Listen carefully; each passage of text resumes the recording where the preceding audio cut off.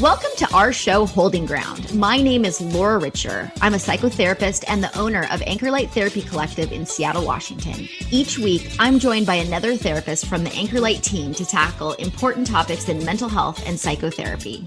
Our goal is to promote well-being by normalizing mental health challenges.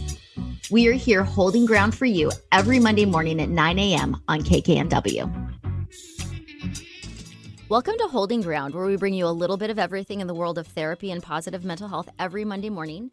My name is Laura Richer. I'm a psychotherapist and the founder of Anchor Light Therapy Collective in Seattle, Washington. Today, we have a special guest who you might be used to seeing as the person doing the interviewing, but today he is our guest on Holding Ground. Jake Whittenberg, who you all know as the anchor on King 5 News here in Seattle, joins us to share a little bit about what has been going on in the newsroom. As we continue to navigate these unusual times, Jake and the rest of the team at King 5 have been keeping us all up to date on the latest happenings. Have you ever wondered what it might be like for people working hard every day to keep us informed and what impact this might have on their mental health? As a trauma-informed therapist, I certainly have. Jake has been on the scene for all of it these past few years, and today we're going to talk a little bit more about the media and its impact from a mental health perspective. So, Jake, thank you for joining us today. Thanks for having me. Yes, absolutely. I'm so happy to have you here to share with all of our listeners because there's been so much going on in the news, especially this last year and a half. Just a little bit. Just a few things. Just a titch. More than a year ago. Can you believe it's been more than a year? It is unbelievable Yeah, how much the world has changed. So what's been going on in the newsroom when we've had so much intensity from a global pandemic, an election, and all of the other stuff? Right. It just seems like there's one thing after another, doesn't it? I mean, as a station, we are starting to move back into the building, which has been amazing. And turns out being connected physically as a newsroom is a very important thing. I would imagine. Yeah, and I've really learned that lesson over the last year of how important it is, the communication between all of us and just kind of keeping journalism going. It doesn't really work on little islands as well as you'd think that it would. Yeah. So good to see each other and get our minds together again, which is nice. And collaborate, I would imagine, and just have that energy between people. Right, absolutely. And it has been a very taxing year. I think it was March 21st of last year when our chief of photography showed up at my garage with all of the camera gear and said, on Monday, you're going to start going live from the garage. And it was 183 days. We thought it was going to be less than a month, and it was 183 days. I never thought that was going to happen. Yeah. Who would have ever thought that was going to happen? I don't think any of us did. What was it like to report from your garage for one of the, maybe the biggest thing that's happened in our lifetimes? Right. On the one hand, it was helpful to have a little bit of quiet and a little detachment to where you can get your thoughts together and do little projects on the side, work with social media and things like that to try and stay on top of it and have all the feeds coming in. But it was very lonely, honestly. You know, back to the point about being around everybody. That's something that I feed off of. But not being able to be a part of the story is something that is just painful for me. Yeah. You know what I mean? And to not be at the riots at the time, to not be downtown, to have to sort of stay in the garage was being cut off like that was a very hard thing to get used to. Yeah. And it got very tiring, honestly. And in a way, I mean, you'd think that it would be less tiring because you're not running around as much, but it almost is more mental. Maybe it's the mental part of it that gets to you. So it was something I'll never forget. Yes. It was nice to have your children with you, you know, throughout the day and to come wake you up in the morning and just say hello in the garage. But it just sure is more fun when you get to be at that front row seat of history and be out doing things. Yeah. I even had the experience similar with working with clients in that I thought it'd be great to work from home. I don't have to commute in Seattle traffic. I could do everything online. And I did that for about a month, and I missed that real in-person connection with my clients. So technology is amazing that it lets us do those things, but you can feel the isolation and all of that. You can, yeah. And it just makes you really kind of search inside of yourself more. I don't know. Like we will find a way to fill that time. And for me, there was a lot of introspection, a lot of looking at like who I am, what am I doing in this business? And I mean, let's face it, the news does have an element of performance, right? I mean, you have to be able to sell it. You've got to have good camera presence. And if you're not a part of the story, you're kind of reduced to just that performative-based sort of delivery. And that got to me. That bothered me for a while, you know, to not actually be experiencing what I'm talking about. But then again, we were experiencing it because we were part of the pandemic and remote learning and things. So on the other sense, we were really entrenched in it. But to me, that felt like normal. That felt like my life Right. that didn't feel like I didn't do a whole lot of like, here's me learning how to wear a mask and here's me, suffering at home with my kids. To me, I kept that very private. Yeah. That felt Yeah. very private to me. Yeah. You know. Well, what a question that I had as we were preparing for this is what was it like to be reporting on such traumatic events throughout the year or such when we talk about the election and politics, I mean, where people were so divided. Mm-hmm. It was a year unlike any other for the reasons that I think we were all confronted with. Just who are we? Who are you? How much can one community take? Yeah. We're pushed right to the boundaries. And I spoke to one of my colleagues in particular who just left the station for other reasons. She's been suffering from some serious PTSD, and she took me back to a moment when she was down in the riots, and she was confronted by a journalist-hating group of men carrying assault rifles, and they would confront her right to her face. And I was just, my jaw just dropped when she was sharing the story with me last week, but just yelling in their face and intimidating. Yeah. And there's this PTSD that really set in with Yeah. her. She's been having to see some people to talk through this. And so it has been traumatizing. Yeah. It's been traumatizing. Yeah. And I think all of us have been traumatized. If it wasn't someone up in your face with assault rifles, I felt personally traumatized by having to face with bad news every single day, you know? Yeah, and there's been so much bad news, and I think that's something people don't think about sometimes, and we call that secondary trauma in therapy, where you might actually not be experiencing the trauma like your coworker where she was actually confronted with a threat. You might just be observing it, but you're observing mass shootings and riots and violence, and that really can take a toll and traumatize someone. I think sometimes people aren't aware of that. Yeah, and I am supposed to be on top of every little part about it, and so when I'm not on camera, I'm just constantly was researching the data and trends and making phone calls to check, verify this and verify that. That was just coronavirus, and then now with the racial reckoning in our country, there's also some who am I? Yeah. There's this sort of figuring out, deconstructing who I am as a white man, and that is also very important but very tiring. And so just kind of getting hit on all sides. And then the morning news too, as we were just talking about, it's very cyclical and it's very repetitious for obvious reasons. And so having to deliver bad news over and over and over again, there was an element of exhaustion with that. Fatigue that you don't realize until it kind of hits you. Yeah. I would imagine. I mean, especially in this last year and a half, because there has been so much. So much. Yeah. Yeah, it has been so much. And we're supposed to, as journalists, have that cloak that we go into wherever we are, and we're not supposed to be a part of the story. But how could you not find yourself as a part of the story? We were all inflicted.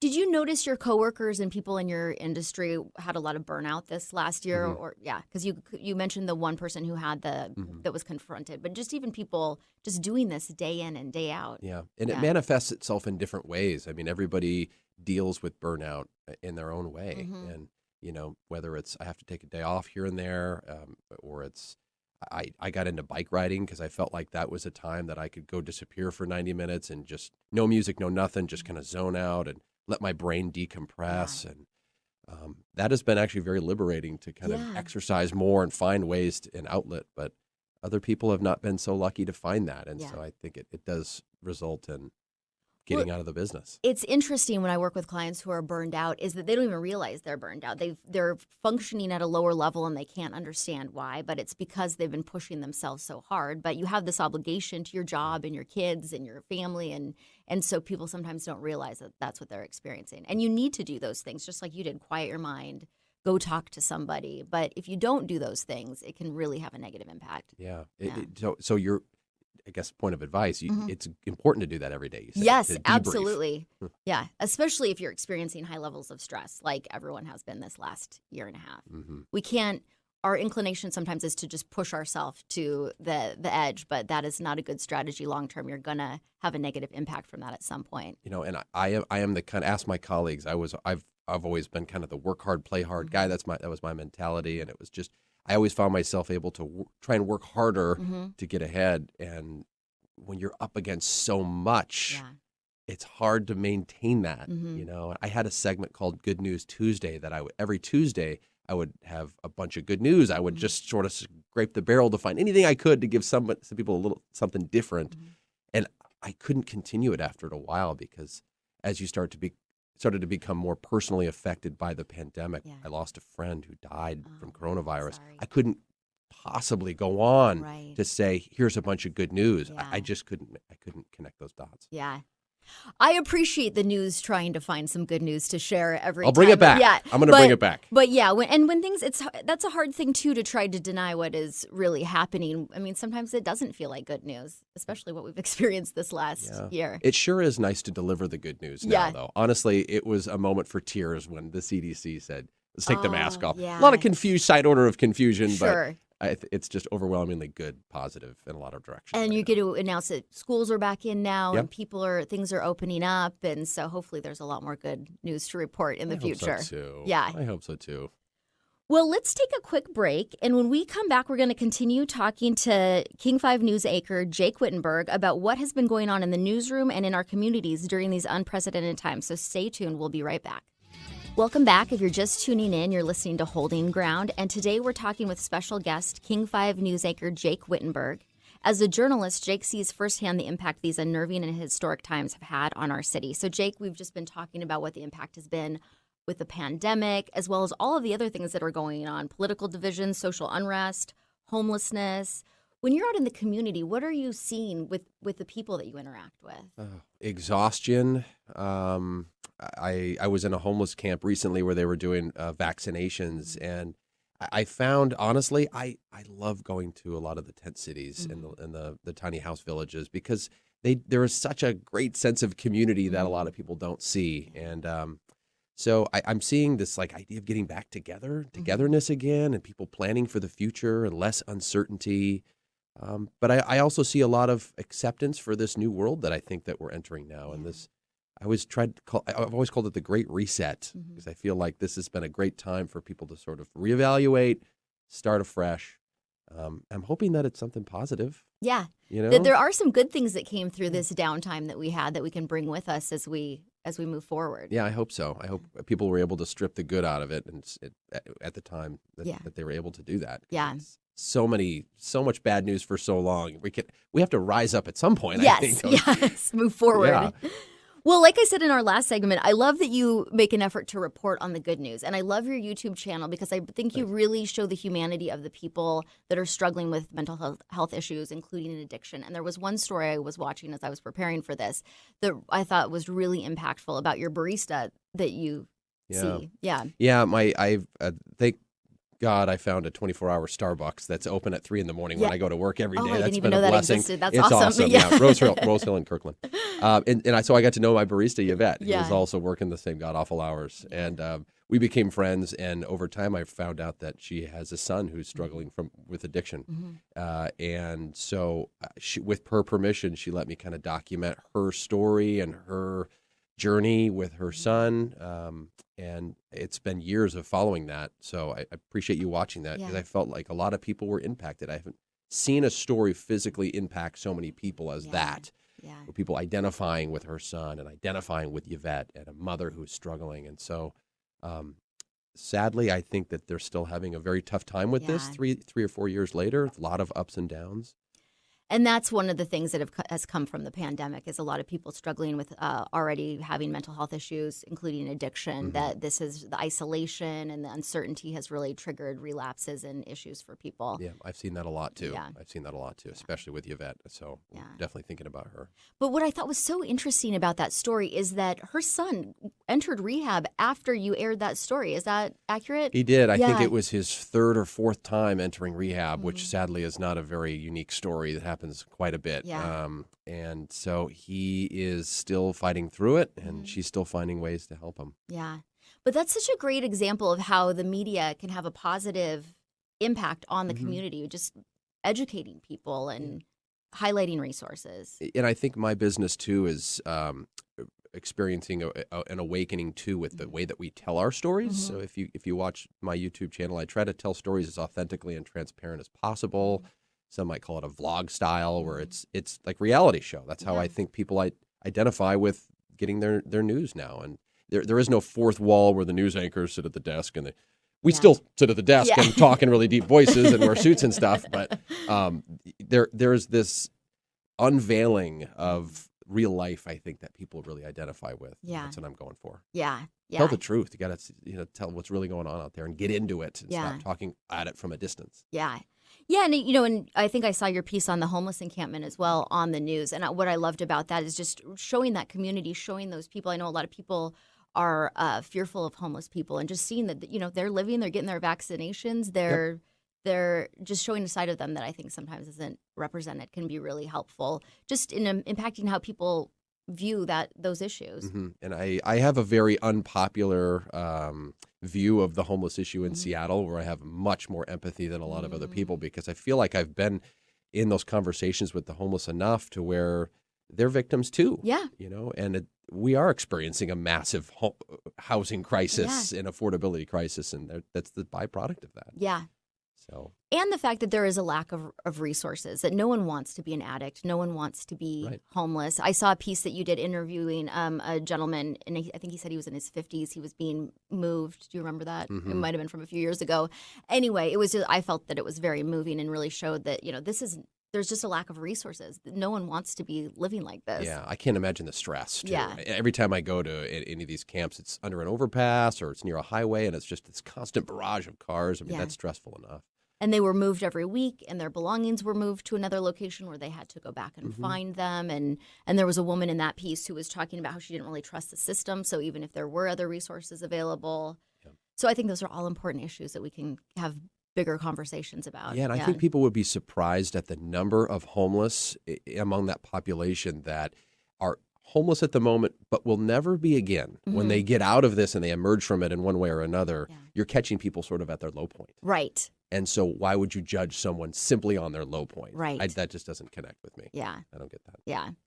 Well, another story I wanted to talk to you about that I thought was also a fantastic story was there was a teen who I believe was she in Smoky Point, and you did a piece about her. Kylie. Yeah, tell us a little bit about Kylie, because that was also a really important story. Yeah, she is my hero. Honestly, kids like that are willing and brave enough to put themselves on camera and talk about the inner struggles that they have had.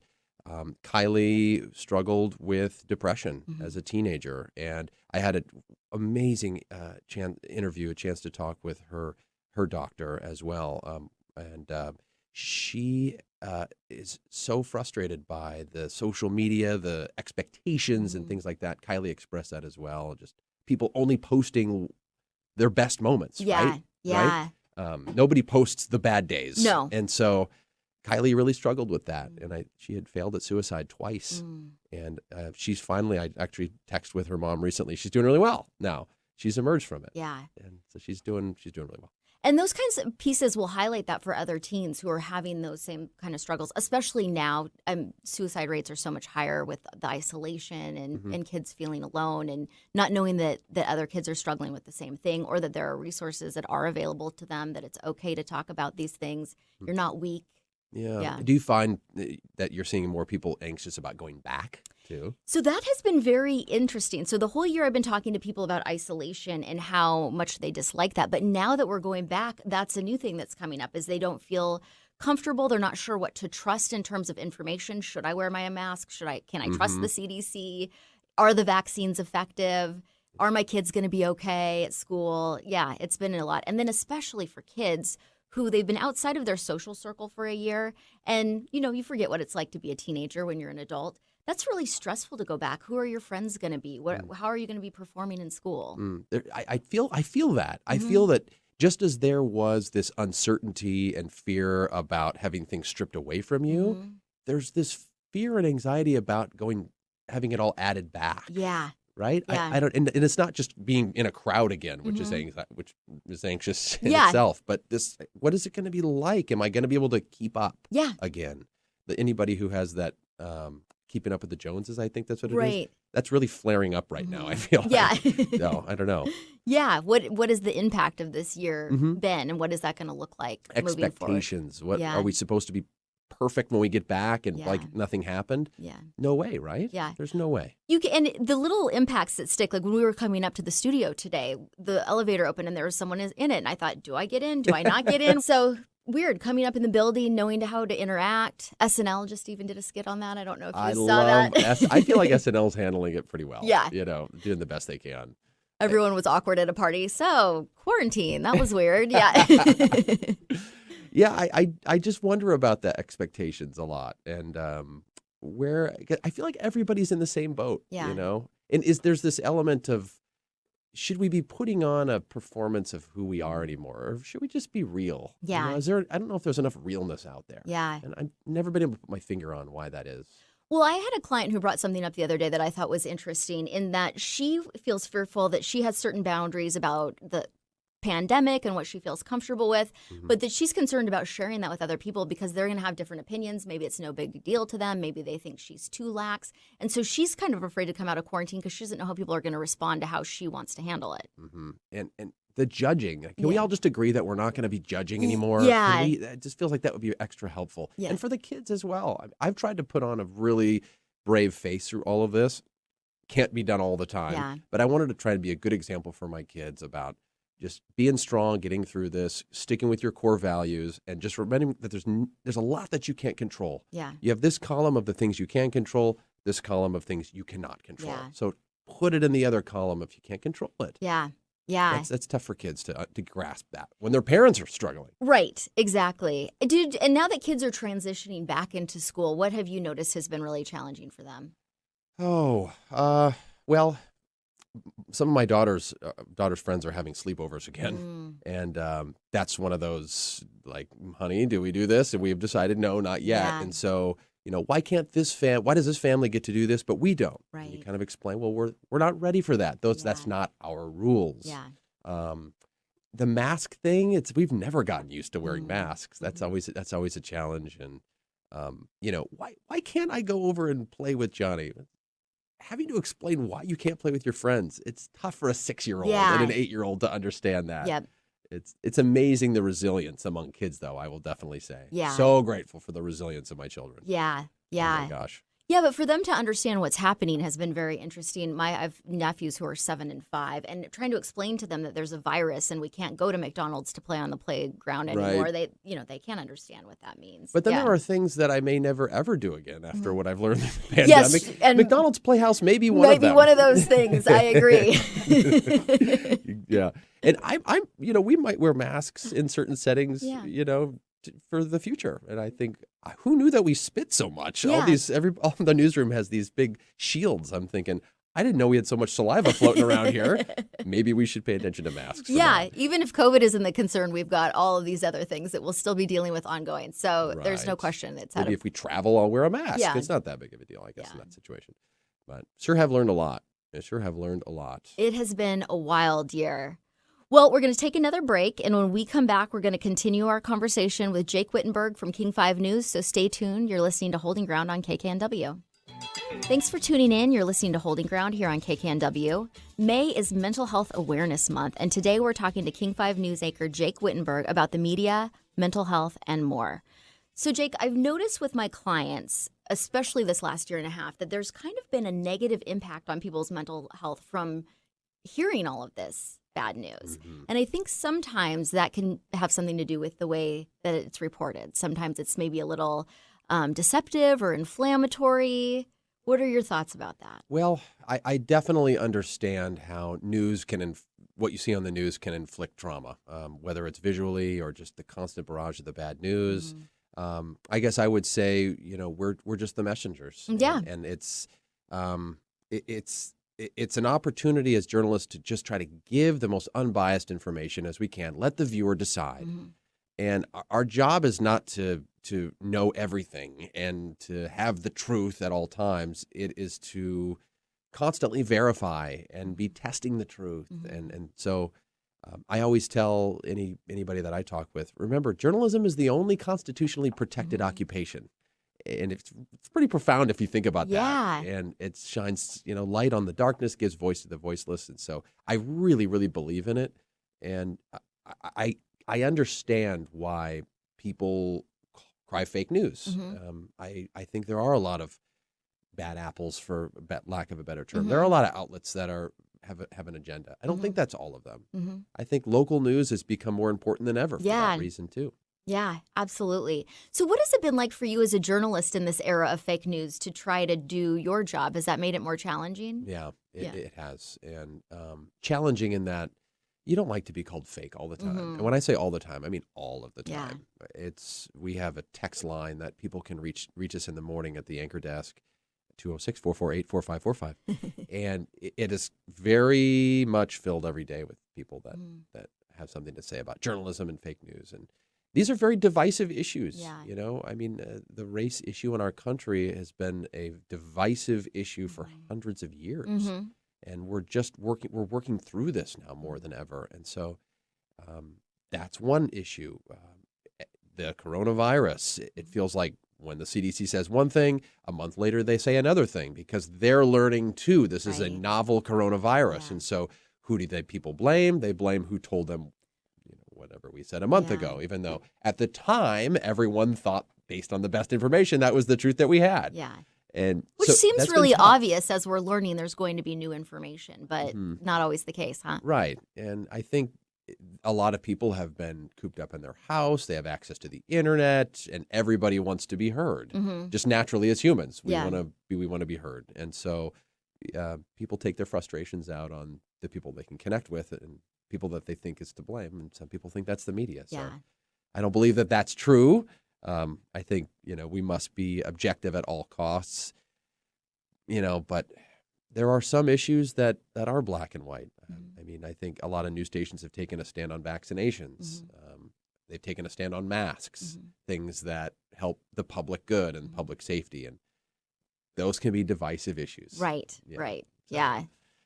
And like you said, local news, especially now more than ever, is so important. I remember when the pandemic first happened, we were just sitting in front of the TV waiting to see what the next announcement was. That was how we got our information. There was really no other way to get it.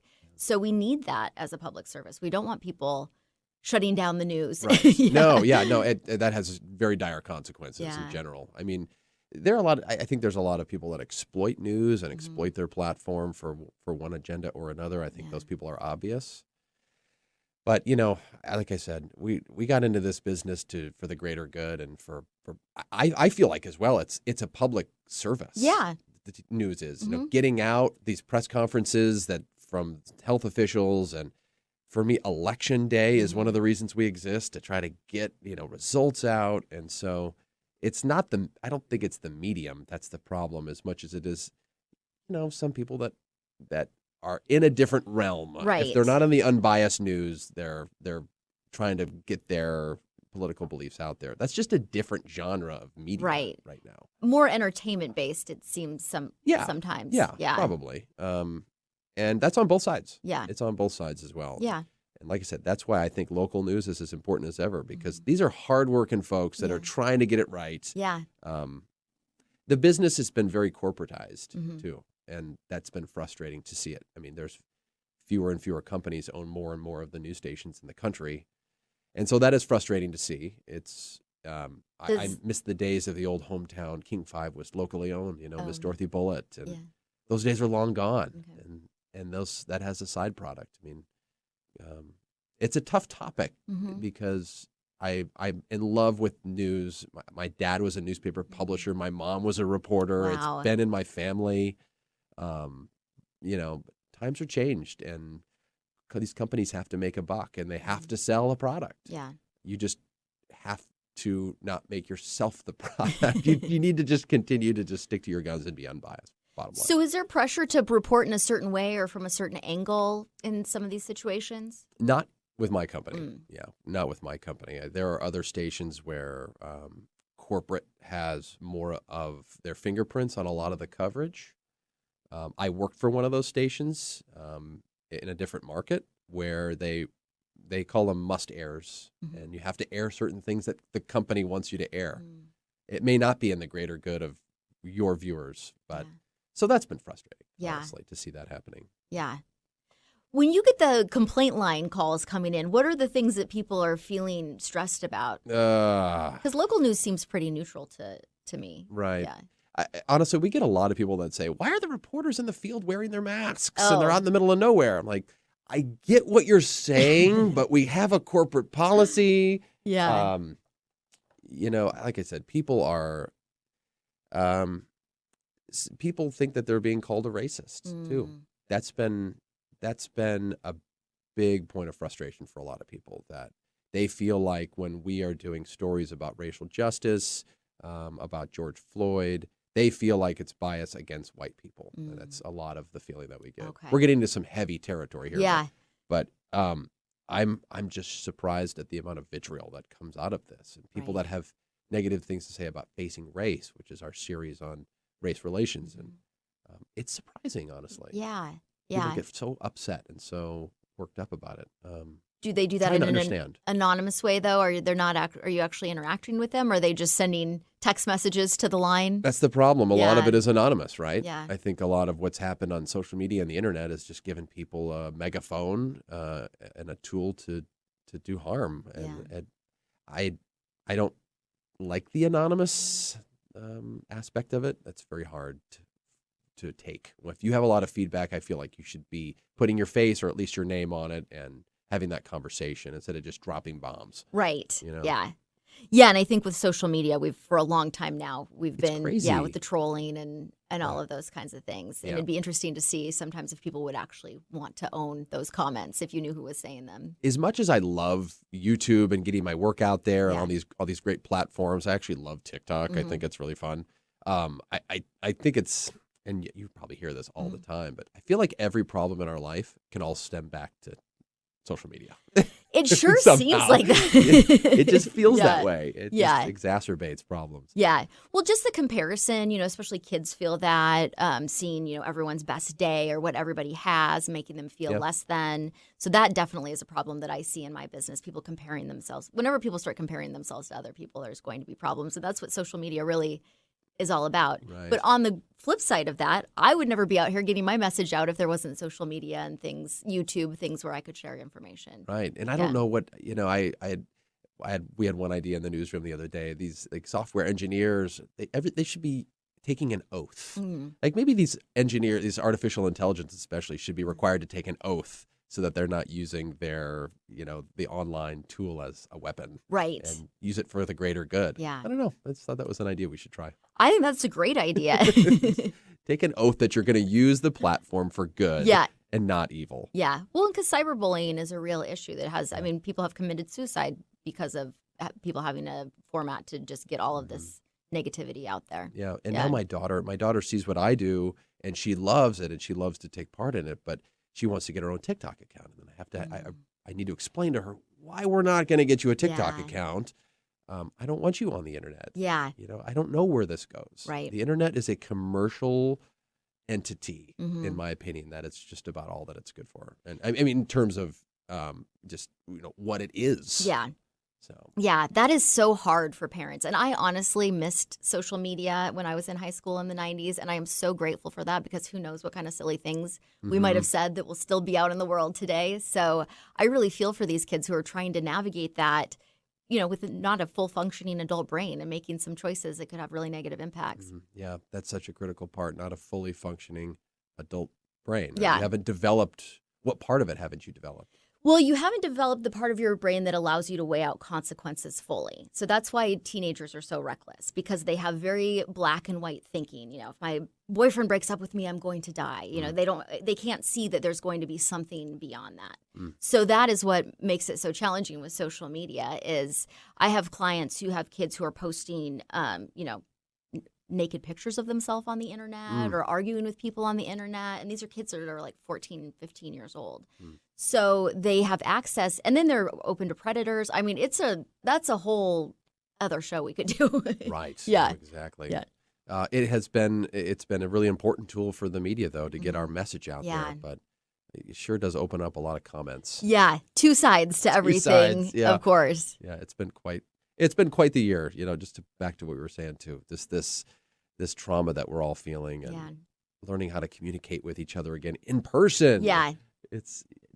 And without a mask, there's a lot going on under the mask that helps us communicate with each other non-verbally. I miss that. Yeah.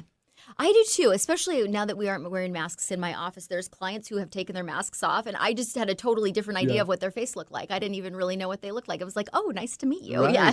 And I coach Little League too. We just had our last game, and we did picture day, and the kids took off their masks. Like, I've never seen you before. Yeah. It's a whole different person. Yeah. It really is something. Yeah.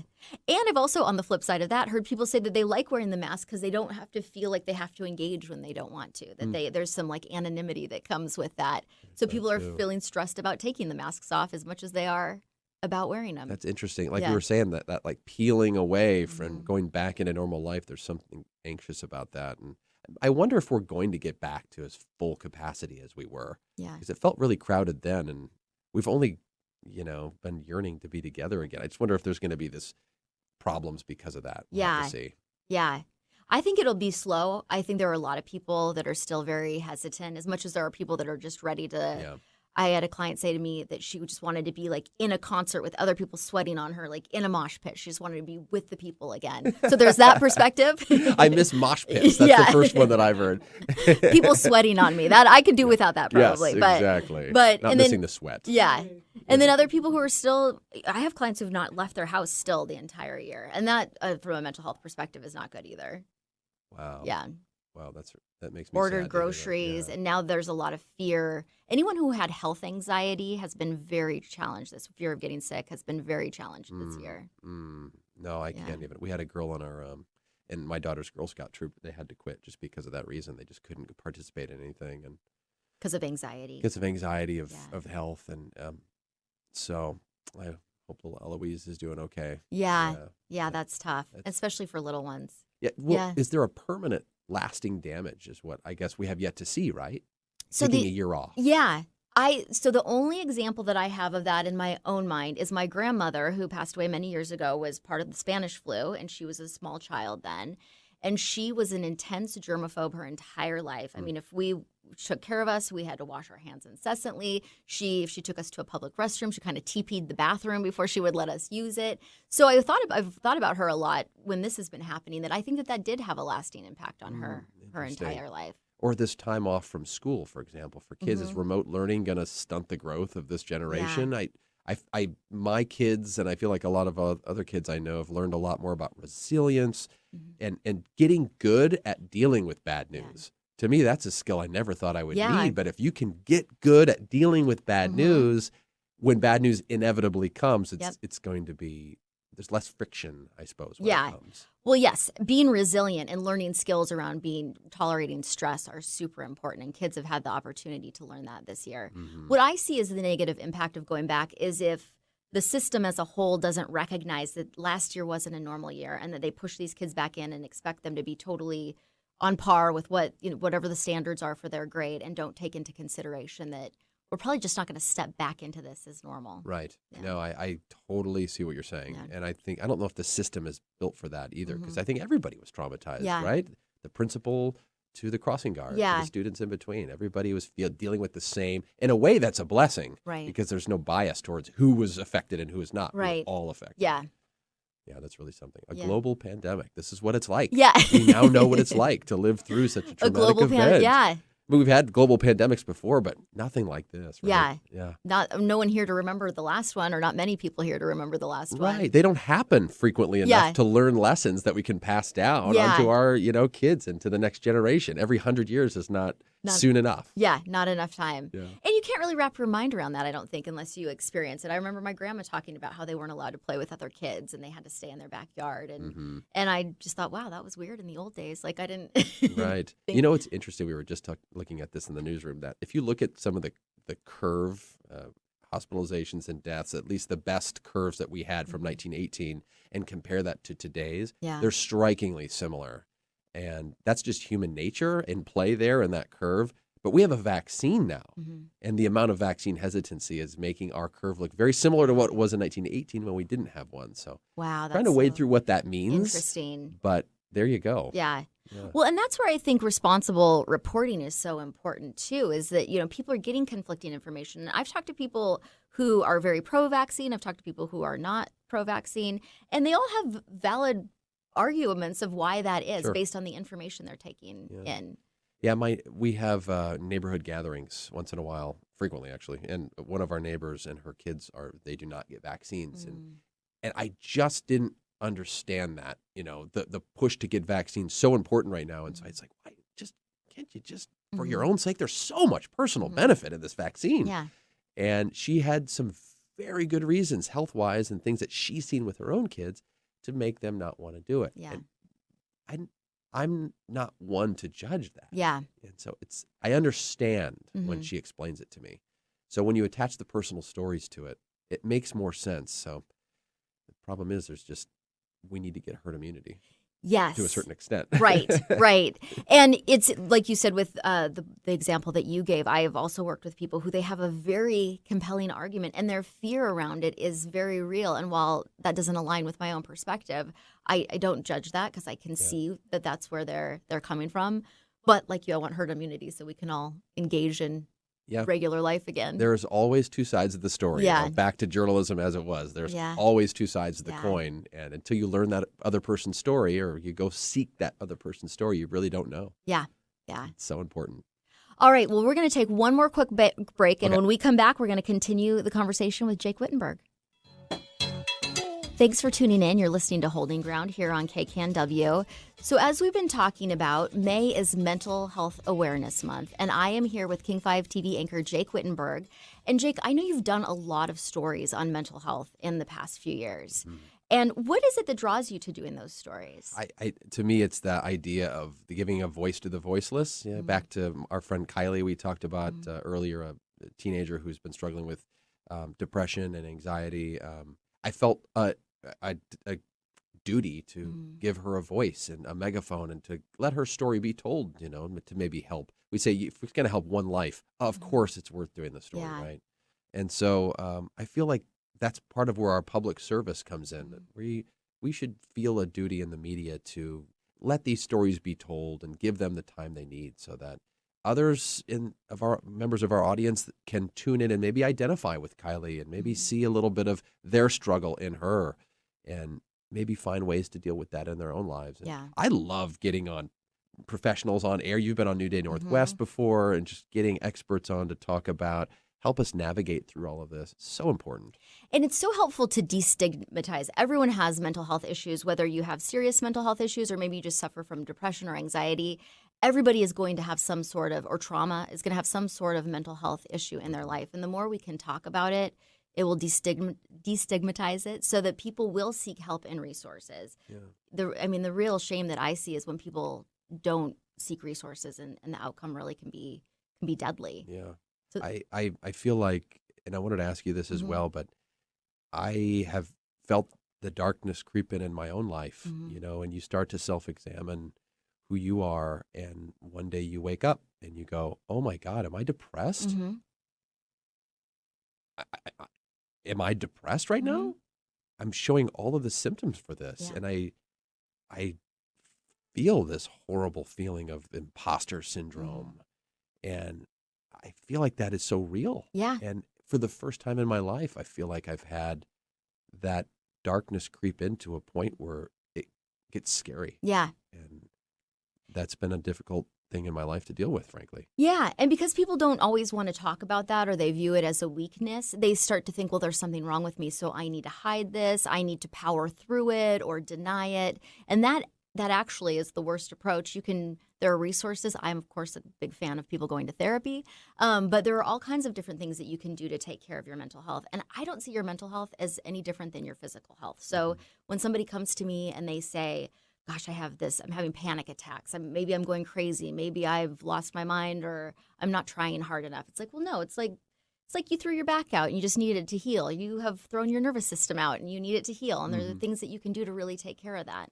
But I'm wondering if this is like a time when that self-examination is needed. This is just a time when we're having a moment to look into ourselves and who we are. And it seems normal, I guess. Yeah, but like you said, it can be really challenging too. And sometimes it's helpful for people to know that and that there's nothing wrong with that. It doesn't make you weak. And it's okay to look inward and ask those questions and sort things out. And it's been tiring, that's for sure. And remote learning doesn't help either, no. honestly, because you need time for yourself. You need that time to kind of let it out. Oh, we've been doing a lot of couples therapy, family therapy, just because everybody has been together on top of each other. Early in the pandemic, I had quite a few couples who lived in one-bedroom apartments in Belltown, and they're working from home, and they're together all day long, and you don't get that time for yourself. I had a lot of people say to me, I didn't know how much I needed my morning commute, like away from everybody. Yeah, right. Yeah. That's quiet time. Yeah. Or your podcast time or whatever, Exactly. listening to HG on the way in. Yep. It's been hard to see some of my colleagues going through that as well, and my neighbors and friends and people that have reached the lowest point. Yeah. And that has been hard to see as well. And like I said, journalists in my industry that are suffering severe burnout, physically and mentally. People, younger kids who get into this business that are eager and ready to change the world, and now they're getting chewed up and spit out. Yeah. And I just don't know how to help them. Yeah. I wish I had the magic whatever, but that's been really hard to see.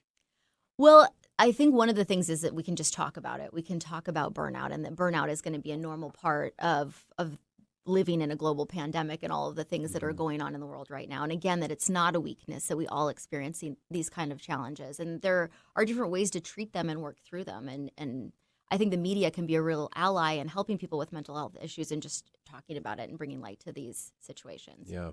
Or people turning to substance to calm themselves down and get themselves through it. So that's tough. I can identify with needing something, needing to do something and about it. So brighter days are ahead, Yes. I think, Doc. I agree. Well, Jake, I'm so glad that you could come and talk to us today. I really appreciate you being on the show.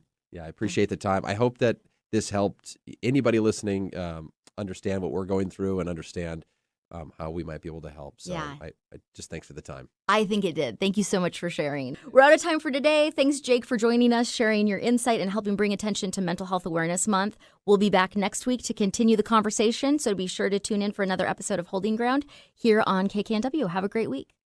Thanks for tuning in to Holding Ground. You can find us here every Monday morning at 9 a.m. I'm Laura Richer, owner of Anchor Light Therapy Collective. Find us online at anchorlighttherapy.com. We'll see you next week.